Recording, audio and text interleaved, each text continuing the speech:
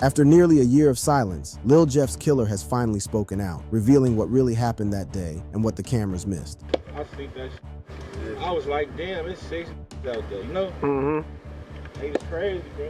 But here's what you probably didn't know. Someone tipped off Trap City Rob, and that heads up is the only reason he stood on business that day. So who really backdoored Lil Jeff? Was it someone from the Bloodhound Gang? And why did the rest just stand there, watching him get shot multiple times without ever firing back? All of those questions, and more, finally get answered in the killer's long-awaited confession. Let's get into it.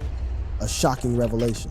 In an unexpected turn of events, Lil Jeff's alleged killer, Trap City Rob, shared his point of view about what really went down. It appears that Lil Jeff left Trap City Rob with only one option: stand on business. Now, if you're not familiar with the backstory, let me bring you up to speed. On June 8, 2024, Bloodhound Lil Jeff, Q50, and one other dude were out standing on business. In surveillance footage that was later released, Lil Jeff and his squad were caught chasing down a rival gang member in the heart of Trap City. In the footage, you see Lil Jeff and his homies holed up in a black SUV waiting for their target. As soon as the target was spotted, Lil Jeff got out of the car and started chasing him down while letting out shots. The target, wearing bright yellow shorts, quickly ducks for cover and immediately runs straight into the porch of the next building in front of him. He was hit once in the chest, but he kept running for his life. I knew the Bloodhounds were bloodthirsty when I saw Lil Jeff, wearing a black Nike hoodie and gray Nike joggers, chasing his target straight onto the porch. For some reason, his homies did not go with him. They stood by their car while letting out shots at the car that dropped off the target. But this is where it gets interesting. The moment Lil Jeff approached the front porch, a dramatic turn of events unfolded. Bullets started popping out of the alley and gunshots filled the air. Lil Jeff was right in the middle of danger, and his homies were too far away to help. They watched him get dropped by someone from inside the house. From another perspective, you could hear a barrage of bullets, and Lil Jeff's homies at the black SUV do not seem to be ducking or hiding from these bullets.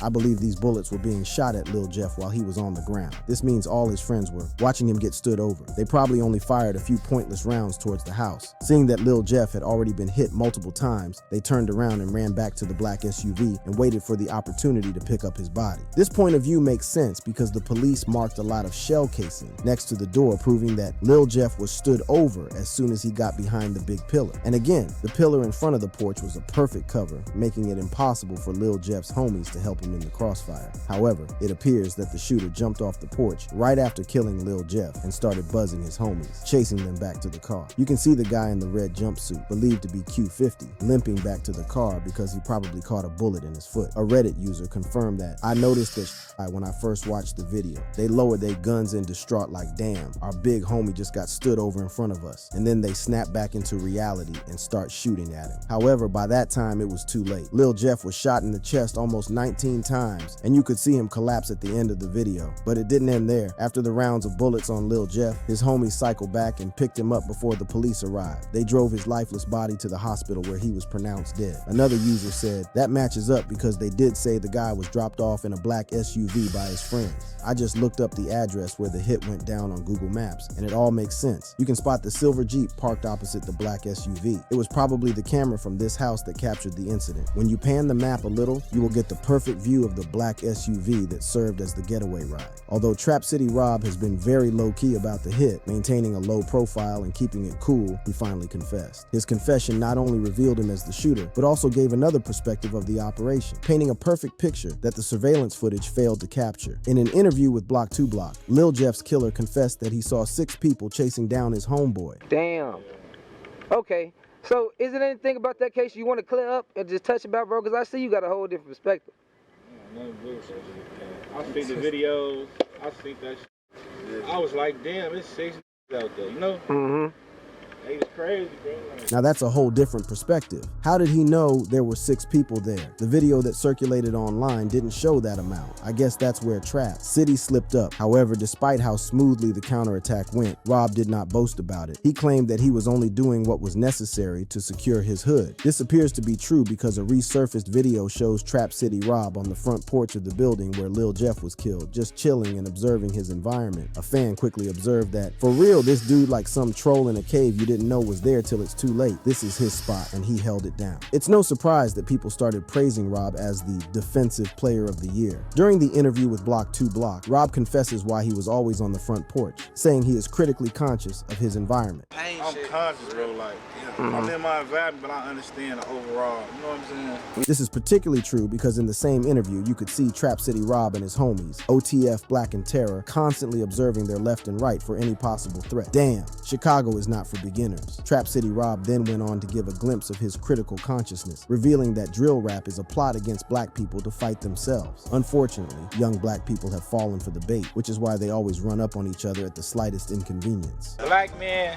is very underdeveloped and undereducated in America, bro. Ooh, not me? No, just listen, bro. When it comes to emotional intelligence, reasoning and people getting shot over shoes and that's not being emotionally intelligent. Trap City Rob's responses during this interview attracted several positive comments to the hood. One user commented, "Rob is what you call a grown man," and another quickly added, "These dudes are mature. Jeff was a little immature kid running up on some OGs. Jeff didn't think before he reacted. That's what separates a grown man from a little boy. OGs don't move the way Jeff did. OGs have rules and guidelines." The interviewer then reminded the trio about the viral meme on Reddit where Robert's face is photoshopped on Malcolm X's iconic photo with the caption, "Protect the Trap." The post suggests that Rob should run for president with the assurance that he will triumph in politics. Trap City Rob then acknowledged that he had seen the meme on Reddit, but he is not out to chase clout on the internet. I don't chase that shit. I don't even like it, so I don't need, internet crazy, so. Trap City Rob is truly smart and understands that bragging about the hit will only continue the circle of violence in the city. After all, the entire beef has been bloody because every hood wants to slide for their fallen homie, fueling an inextinguishable hood war. The Hood War. In an earlier interview covering Lil Jeff's lifestyle, the rapping hitman revealed that he had been on the street since he turned 18. So around what age did you jump off the porch and start hanging out in the streets? I'm gonna say when I came outside for real, I was like 18 type. Okay. I just turned like 18. However, Bloodhound Lil Jeff revealed that although he jumped off the porch relatively late compared to his peers, he was no stranger to the street because he had an older brother who plugged him in on the cruelty, violence, and lifestyle of the street. But the shit I'm doing now is I've been seeing my whole life, you know what I'm saying? I told you I got an older brother.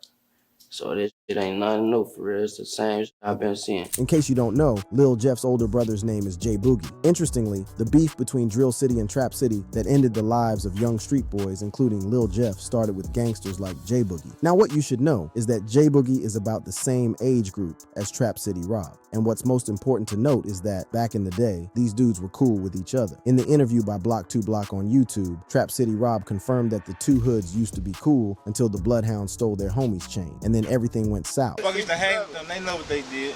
So, okay. They know what they did. So, okay, the Bloodhounds, y'all was cool. Everybody that got a that was my homie. He stole the chain, bro. We tried like he took it. He stole my own chain. But again, if you look closely, you will see even far deeper than what Rob said was the reason for the beef. At least for Bloodhound Jeff, their feud started with the death of his cousin Z Money. Let me give you a little background. Very early in Lil Jeff's growth, J Boogie caught a charge and was sent behind bars. Now with J Boogie in jail, Lil Jeff's cousin Z Money stepped in and started playing the role of an elder brother to Lil Jeff. He helped do his dirty work for him. He gave him the spotlight while playing the role of a background director. However, Lil Jeff and the entire Bloodhound gang would be faced with one of the most devastating losses that would sever the street alliances between Trap and Drill cities. On the 16th of March, 2023, Z Money was killed. According to news reports, Z Money was in his car on the 1300 block of East 79th Street near the 79th intersection in Kimbark. He was in the Avalon Park neighborhood in the parking lot of a dry cleaner store. There, the tragedy unlocked. It was reported that a car approached Z Money in the neighborhood and began to fire shots in his direction. Z Money was rushed to the University of Chicago Medical Center. Unfortunately, there he breathed his last. Z Money's unfathomable death was a painful loss to the Bloodhounds, but most especially to Lil Jeff, who had enjoyed Z Money's protection since his brother was incarcerated. After the murder, Lil Jeff and his right-hand man Q50 would go on to tattoo Z Money's name on their skin as a tribute to their fallen hero, just just when the situation was cooling off, the rumors about Z Money's killer's identity began to circulate.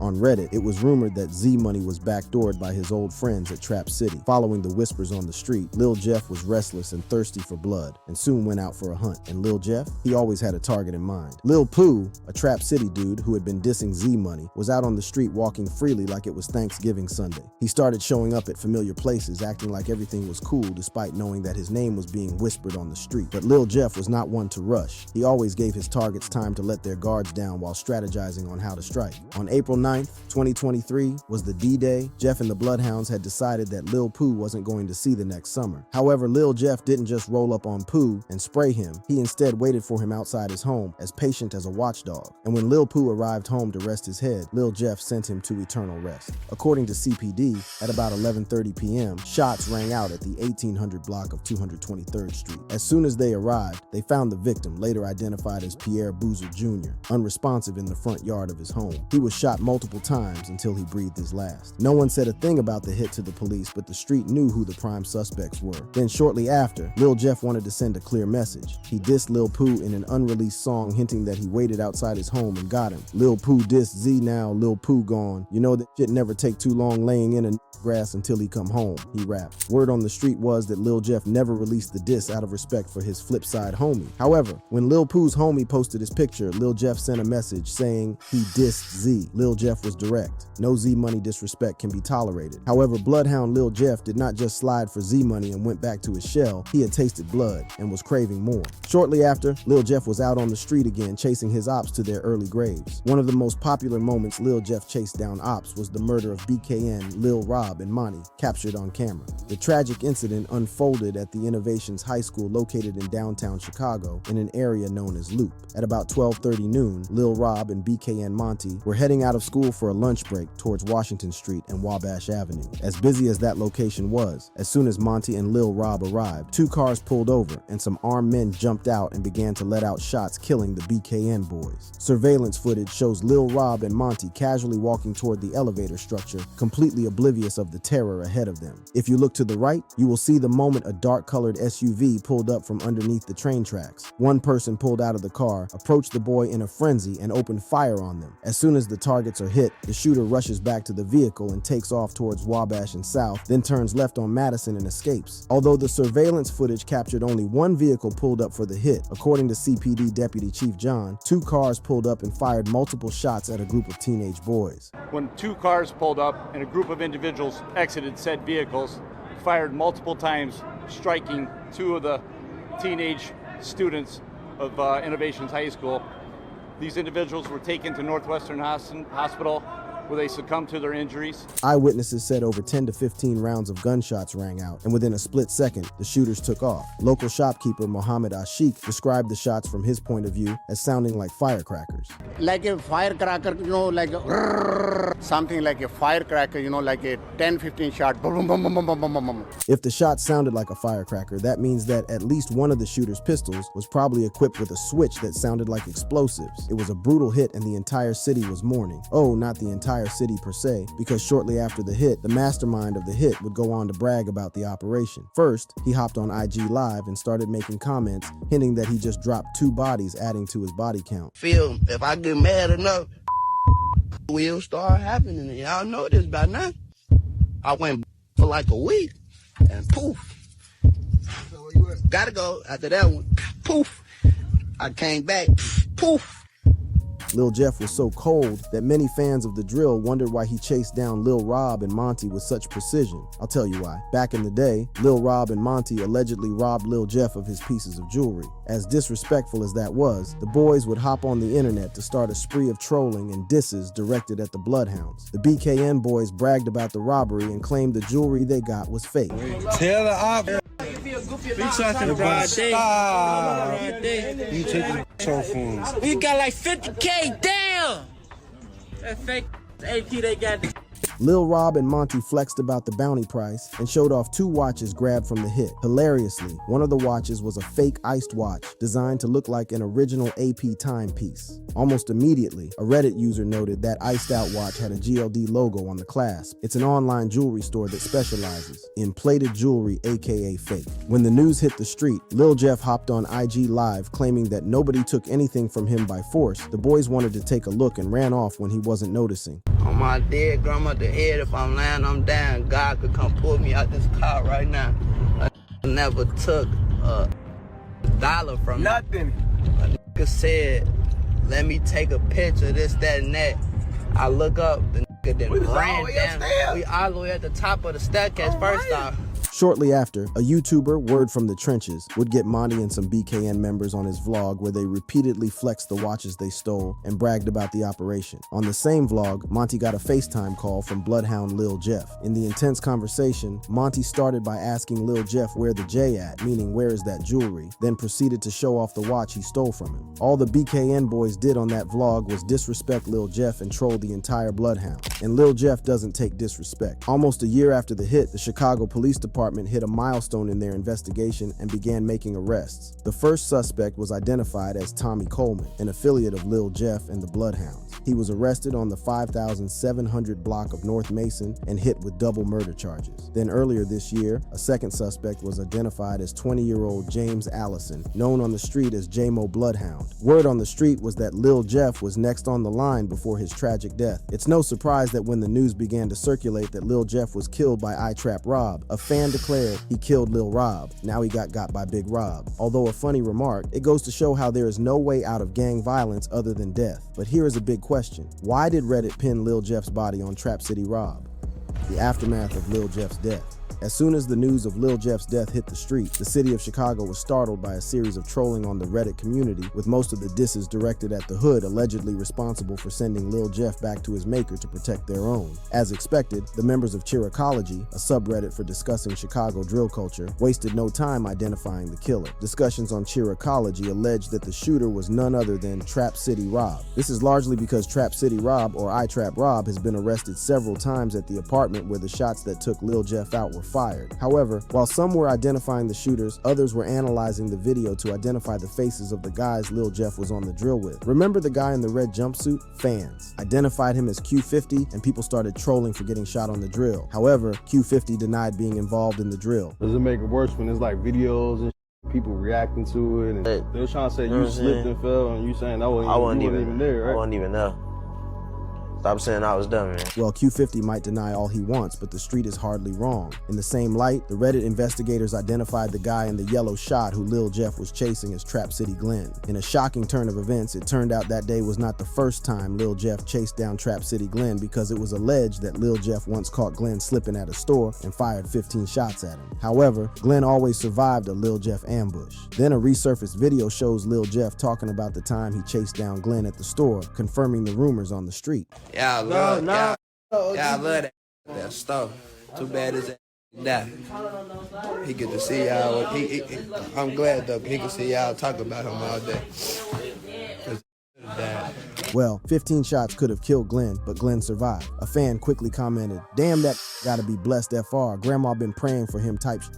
However, Lil Jeff was bent on killing Glenn, and he was not going to give up after a trial. So he went out again. This time he was got. Shortly after the hit, despite denying the body, police documents show that Trap City Rob, born Robert Coleman, was arrested in connection to the homicide. Authorities believe there was probable cause for the arrest of Trap City Rob because a witness identified and placed him at the crime scene where the shooting that killed Lil Jeff took place. According to the document, surveillance officers spotted Trap City Rob entering and leaving his apartment on S. Rhodes Avenue armed with a black firearm. It is important to mention that the surveillance officers were aware that Trap City Rob was a convicted felon and gun offender who was not supposed to own a firearm at any point in time. The report says that when the police officer tried to get Trap City Rob under custody, Rob pulled away and refused to follow verbal instructions. He used dead weight to stiffen his body, making it difficult for the officer to handcuff off him. The report states that Trap City Rob left the officer no choice but to employ control techniques, escort holds, and emergency takedown to get the arrestee in custody. During the struggle between Rob and the officer, a black-loaded firearm fell off Rob's thighs. At this point, Trap City Rob continued to resist arrest until another surveillance officer joined in and forced the cuffs on Rob's wrist. It was reported that because of Trap City Rob's body size and resistance, 2 handcuffs were used on him, which resulted in injuries on his right wrist. However, Trap City Rob's actions were not without consequences. According to the document, after being placed into the squad role, Coleman was transported directly to 2nd District lockup due to his actions and demeanor on scene. In a shocking turn of events, an investigation into Trap City Rob's involvement in the homicide failed to prove that Rob was the actual shooter. As a result, the murder charge labeled against him was dropped, but because he was caught with a gun as a convicted felon, the gun charge would stick and he will probably get some time in jail. However, following Trap City Rob's arrest, a series of reactions and rising controversies erupted on Reddit. One user commented, "I ain't well versed on Illinois self-defense laws, but it is insane to me that anybody would be charged with murder in this situation. Was it because they kept shooting him?" Another user responded, "Ain't no self-defense for overkill, probably a couple shots or so, but not 19. While the argument was centered around whether or not Lil Jeff's killer acted in self-defense, another Reddit user was concerned about dropping Rob's gun charge. The comment says, "Free as